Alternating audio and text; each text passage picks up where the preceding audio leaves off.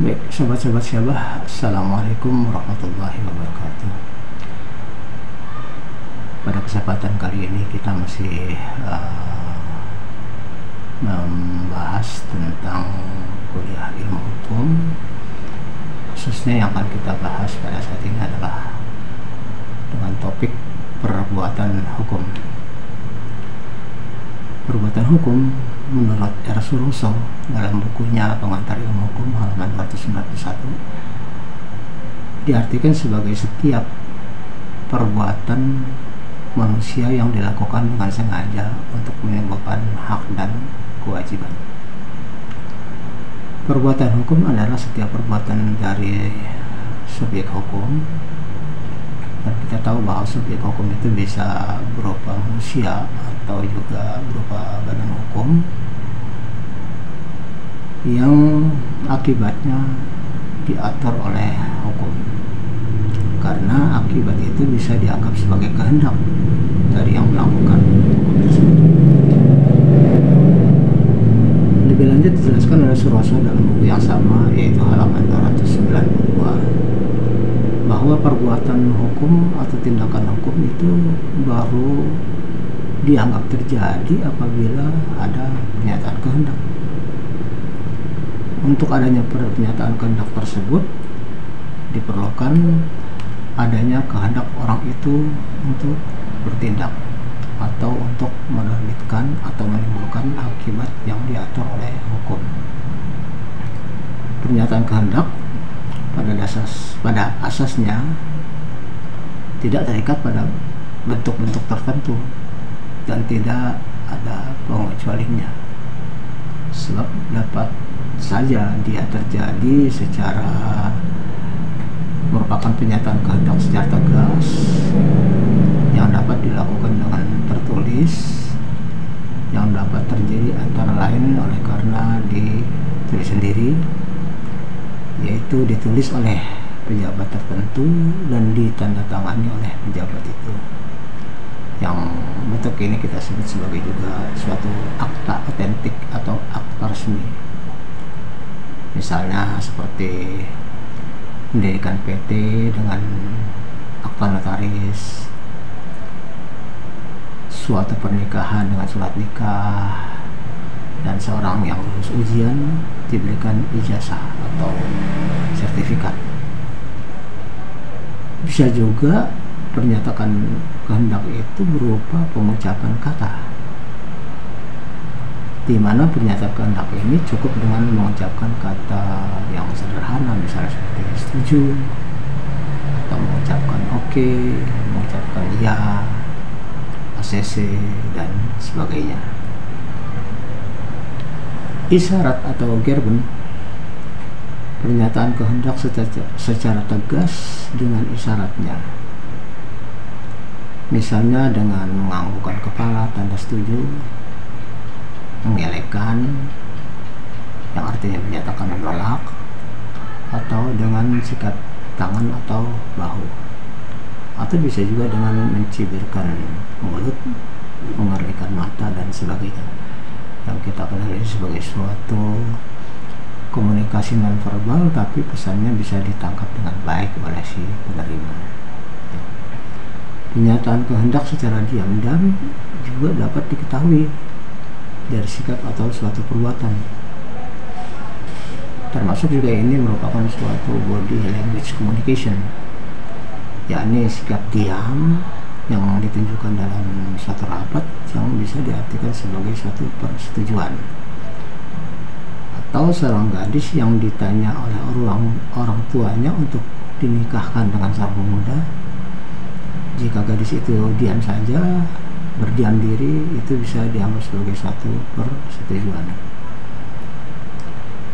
Perbuatan hukum itu bisa terdiri dari perbuatan hukum sepihak, yakni perbuatan hukum yang dilakukan oleh satu pihak saja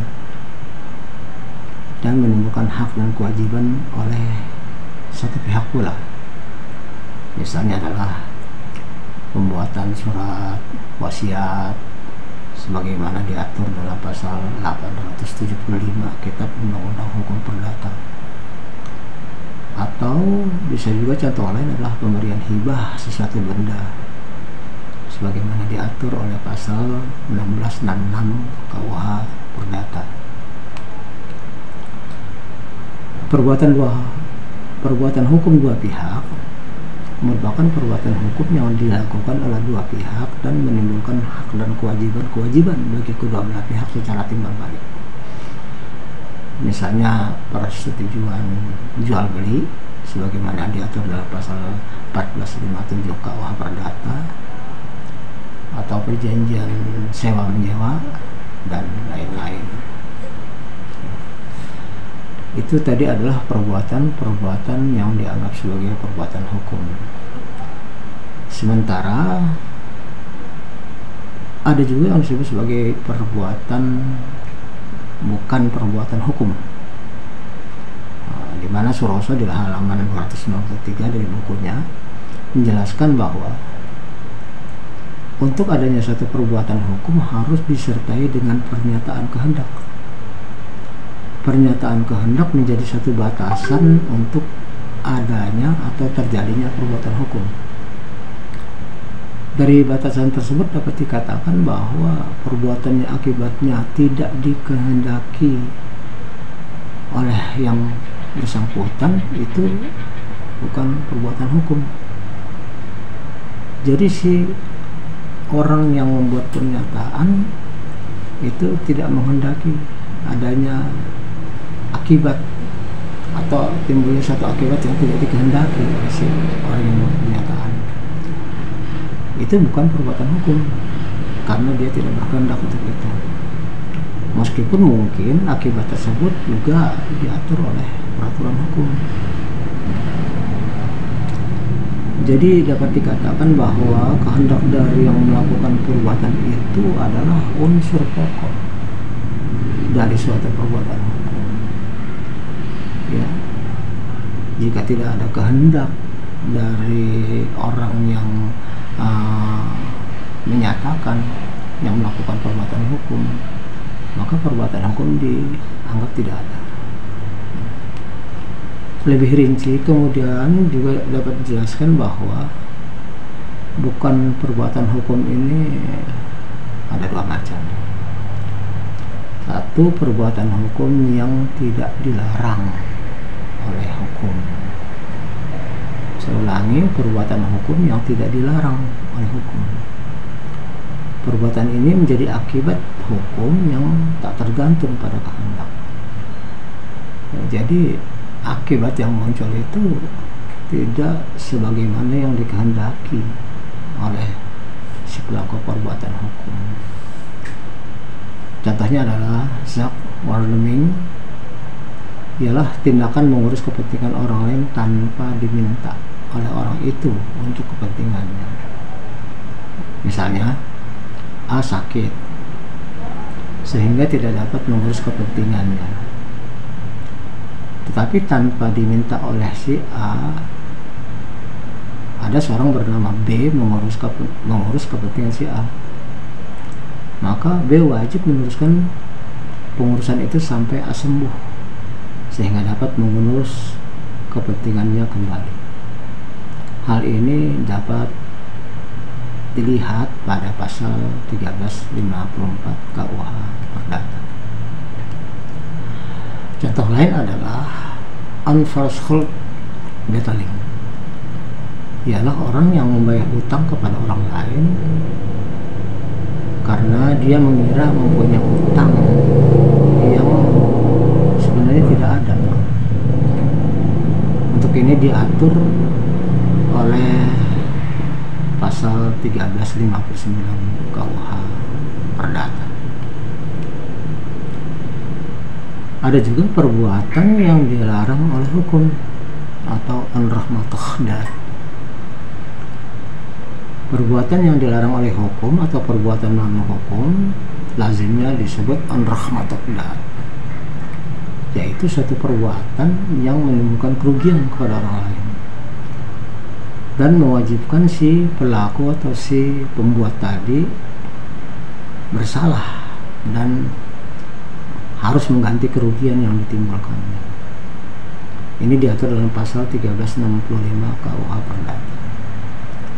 Perbuatan melawan hukum tersebut diatur dalam pasal-pasal yang lumayan banyak, mulai dari pasal 1365 sampai 1380 KUH Perdata. Lebih lanjut, perbuatan tersebut dikatakan melawan hukum apabila perbuatan itu bertentangan dengan hukum pada umumnya. Yang dimaksud dengan hukum bukan hanya berupa undang-undang saja, banyak sekali yang kita tahu. Ada banyak peraturan-peraturan hukum yang bisa berbentuk undang-undang, peraturan pemerintah, peraturan presiden, peraturan menteri, peraturan daerah, dan sebagainya. Dan itu juga bisa kita ketahui kan ada juga hukum-hukum yang berbentuk tidak tertulis, yang kesemuanya itu tetap harus ditaati oleh masyarakat. Jadi baik perbuatan hukum maupun perbuatan melanggar hukum itu dapat diartikan adalah mencakup bukan hanya suatu peraturan hukum yang tertulis, tapi juga satu peraturan yang tidak tertulis. Nah, sekarang yang kita lihat sebagai akibat hukum. Mengenai akibat hukum, Suroso di halaman 265 mendefinisikan sebagai suatu akibat dari suatu tindakan yang dilakukan untuk memperoleh suatu akibat yang dikehendaki oleh pelaku. Dan peraturan ini, perbuatan ini ada aturannya dalam hukum. Tindakan ini dinamakan tindakan hukum. Jadi dengan kata lain, akibat hukum adalah akibat dari suatu tindakan hukum. Ya, contohnya membuat surat wasiat. Membuat surat wasiat ini berarti ada satu tindakan hukum yang mengakibatkan ada satu akibat. Ya. Membuat wasiat memberikan harta benda kepada suatu yayasan. Nah, pasti dalam pembuatan pembuatan satu wasiat itu ada kehendak dari orang yang akan menyerahkan atau yang akan membuat wasiat itu. Nah, akibat dari pernyataan kehendaknya untuk melakukan wasiat, maka akan ada tindakan hukum yang menyangkut terjadinya perpindahan hak milik dari si pemilik semula yang menyatakan kehendak melakukan wasiat, ya, kepemilikan kemudian beralih menjadi kepada orang yang diberi wasiat. Dan ini merupakan satu tindakan hukum karena terjadi peralihan dari orang yang menyatakan menjadi kepemilikan menjadi orang yang menerima wasiat tersebut. Wujud dari akibat hukum itu bisa berupa lahirnya ya suatu kondisi baru, berubahnya suatu kondisi dari A ke B, atau menyebabkan juga bisa lenyapnya suatu keadaan hukum. Dalam hal ini misalnya tadi kita contohkan wasiat, setelah dilakukan suatu perbuatan hukum, maka wujudnya bisa lahirnya suatu kondisi baru, ya, yaitu orang yang menerima wasiat akan mendapatkan pelimpahan kepemilikan suatu benda, dan bisa juga berarti dia terjadi perubahan antara kepemilikan dari si A menjadi kepemilikan si B. Tindakan hukumnya adalah beralihnya kepemilikan dari benda tersebut. Dan juga bisa dilihat dari sisi orang yang memberikan wasiat itu sendiri, berarti dia menjadi kehilangan, ya, kehilangan dari kepemilikan benda oleh karena dia sudah mau mewasiatkan. Bisa juga contoh lain adalah usia menjadi 21 tahun, ya. usia menjadi 21 tahun, berarti ini sudah termasuk dalam golongan orang yang cakap melakukan perbuatan hukum. Akibatnya hukum berubah. Yang tadi sebelum 21 itu dianggap tidak cakap melakukan perbuatan hukum, kemudian menjadi cakap melakukan perbuatan hukum. Kita ketahui bahwa menjadi cakap dalam perbuatan hukum ini adalah menjadi syarat dari sahnya suatu perjanjian. Jadi kan di dalam satu perjanjian kita ketahui bahwa syaratnya itu adalah 4. Yang pertama adalah kesepakatan para pihak yang melakukan perjanjian. Kedua, para pihak dimaksud itu cakap. Cakap itu bisa dilihat dari segi usianya, 21 tahun atau belum. Atau juga dia merupakan seorang yang memiliki mental yang sehat. Atau juga bisa diartikan sebagai yang melakukan perbuatan hukum itu adalah orang yang memang memiliki kewenangan untuk melakukan perbuatan tersebut, jadi dia dianggap cakap. Dengan adanya pengampuan karena sebab orang itu tidak dianggap cakap, misalnya di bawah umur atau memiliki gangguan mental, atau kalau dulu perempuan yang menikah itu dianggap tidak cakap, tapi itu kemudian sudah dianulir oleh putusan MA, sehingga kemudian perempuan sekarang ini termasuk subjek hukum yang cakap untuk melakukan perbuatan hukum. Nah, kalau misalnya yang tadi itu kasus itu anak yang masih di bawah umur atau memiliki kelemahan mental, maka adanya pengampuan atau adanya kuratele atau yang dia di bawah pengawasan orang lain, maka dengan sendirinya kecakapan hukum dari si anak tadi, si orang tadi itu menjadi lenyap, yang artinya dia tidak dianggap cakap lagi melakukan perbuatan hukum. Maka tentang lahirnya, berubahnya atau lenyapnya suatu hubungan hukum antara dua atau lebih subjek hukum, di mana hak dan kewajiban pihak yang satu berhadapan dengan hak dan kewajiban pihak yang lain, ya, itu memiliki konsekuensi terhadap suatu keadaan yang lama menjadi suatu keadaan yang baru.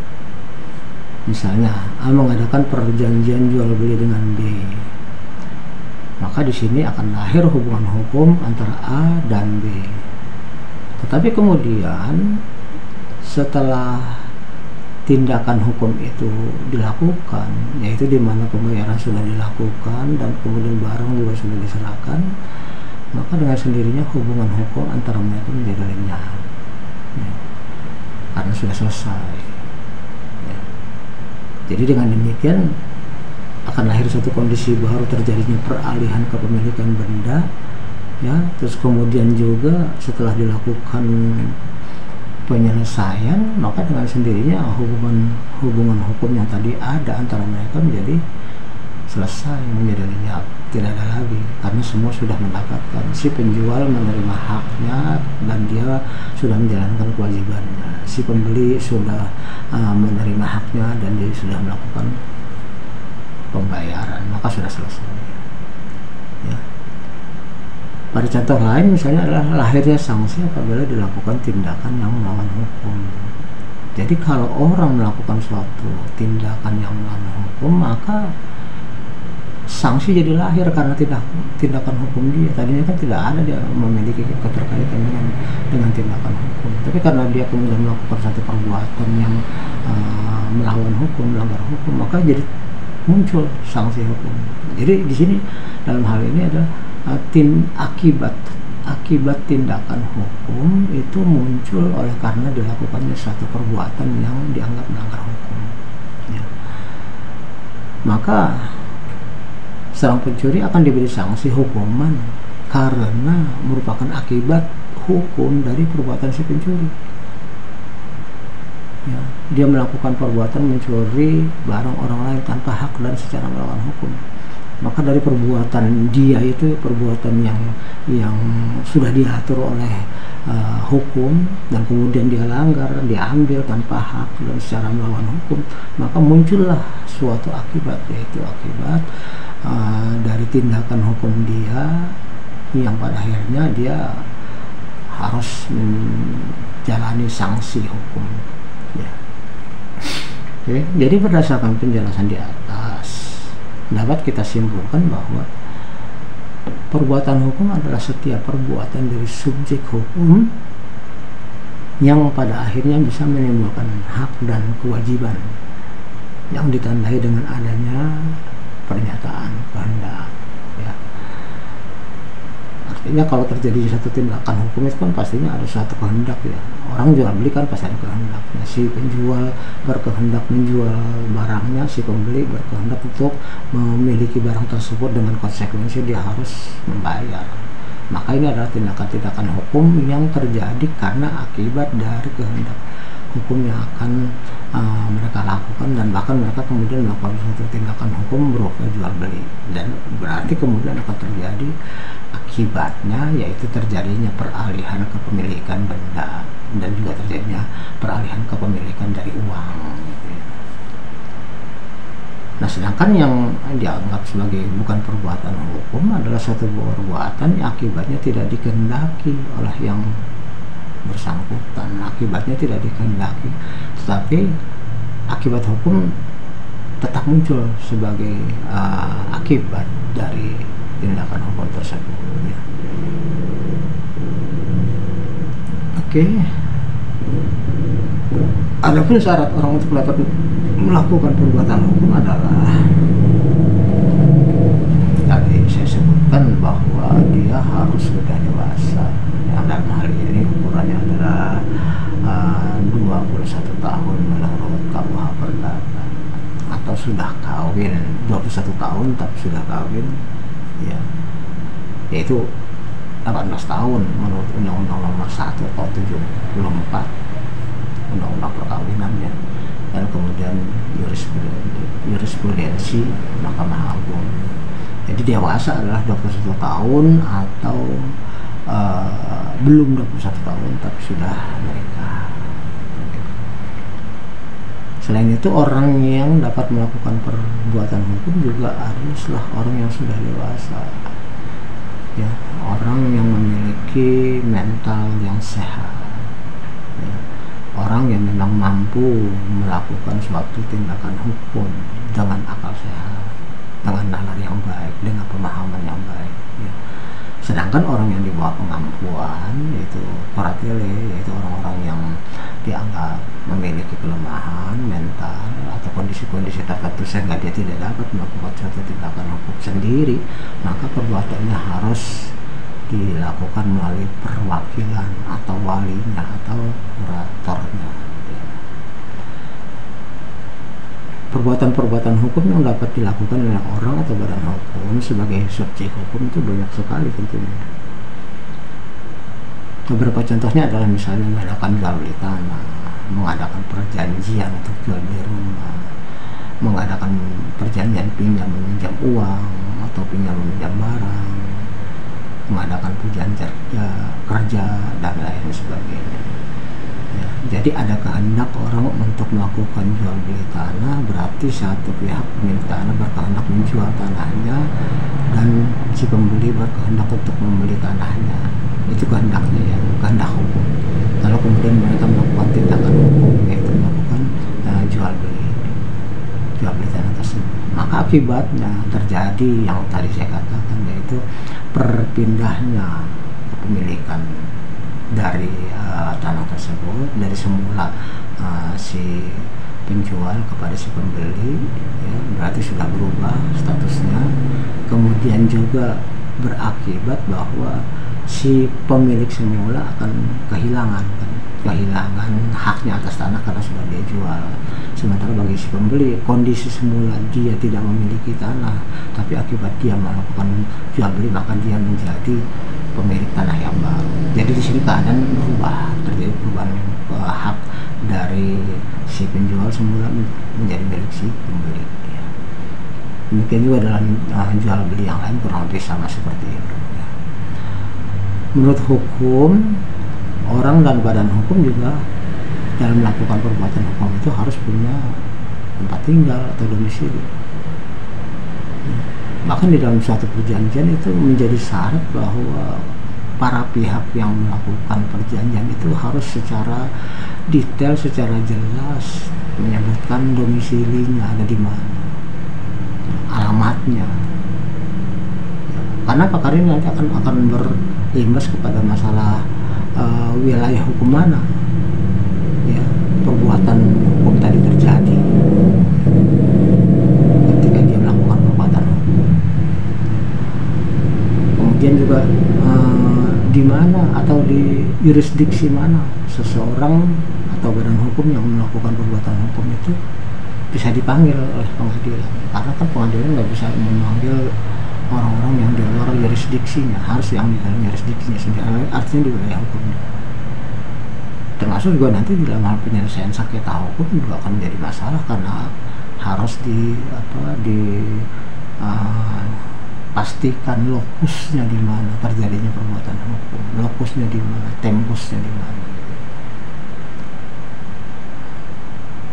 Demikian juga dengan pembagian warisan, harus diketahui dengan jelas di mana dia berdomisili dari mulai dia hidup sampai dia meninggal, sampai dia nantinya warisannya akan dibagikan kepada para ahli waris. Terakhir, badan hukum yang berstatus sebagai pembawa hak dan kewajiban sebagai subjek hukum itu juga banyak. Misalnya badan hukum yang berupa negara, berupa provinsi, kabupaten, perseroan terbatas, yayasan, wakaf, gereja, dan lain-lain sebagainya. Itu merupakan suatu badan-badan hukum yang bisa berstatus sebagai pembawa hak dan kewajiban. Artinya dia bisa berkehendak hukum, bisa melakukan tindakan hukum, bisa merubah kondisi dari yang semula menjadi kondisi baru akibat perbuatan hukum yang dia lakukan ya. Sedangkan suatu perkumpulan juga dapat dijadikan sebagai badan hukum yang bisa menyandang hak dan kewajiban sebagai subjek hukum asal dia memenuhi syarat-syarat yang ditentukan oleh hukum.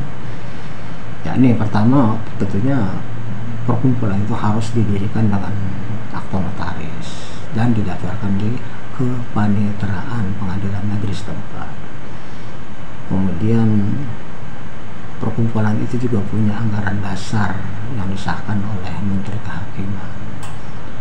Kemudian pencatatannya anggaran dasar dia itu, perkumpulan itu harus masuk ke berita negara. Baru nanti kemudian setelah dia melalui proses ini, perkumpulan tersebut bisa dianggap sebagai subjek hukum berupa badan hukum yang sudah memenuhi syarat ya. Orang dan badan hukum yang sudah memenuhi syarat sebagai subjek hukum tentu dapat melakukan perbuatan hukum ya, karena ini adalah konsekuensi dari hak dan kewajiban yang dia miliki ya. Meskipun untuk badan hukum perkumpulan ya tentu perbuatannya itu diwakili oleh para pengurusnya ya, karena kan perbuatan hukum itu adalah suatu entitas. Kalau manusia, kalau orang sebagai subjek hukum tentu dia melakukannya sendiri, tapi suatu perkumpulan, apakah itu perusahaan, apakah itu yayasan, apakah itu koperasi, apakah itu asosiasi dan sebagainya yang sudah terdaftar menjadi subjek hukum dengan hak dan kewajiban, maka tentu pelaksanaan dari perbuatan hukumnya akan diwakili oleh para pengurusnya. Baik, saya kira untuk saat ini pembahasan tentang perbuatan hukum dapat kita akhiri ya. Mudah-mudahan bermanfaat. Saya akhiri dengan ucapan Assalamualaikum warahmatullahi wabarakatuh.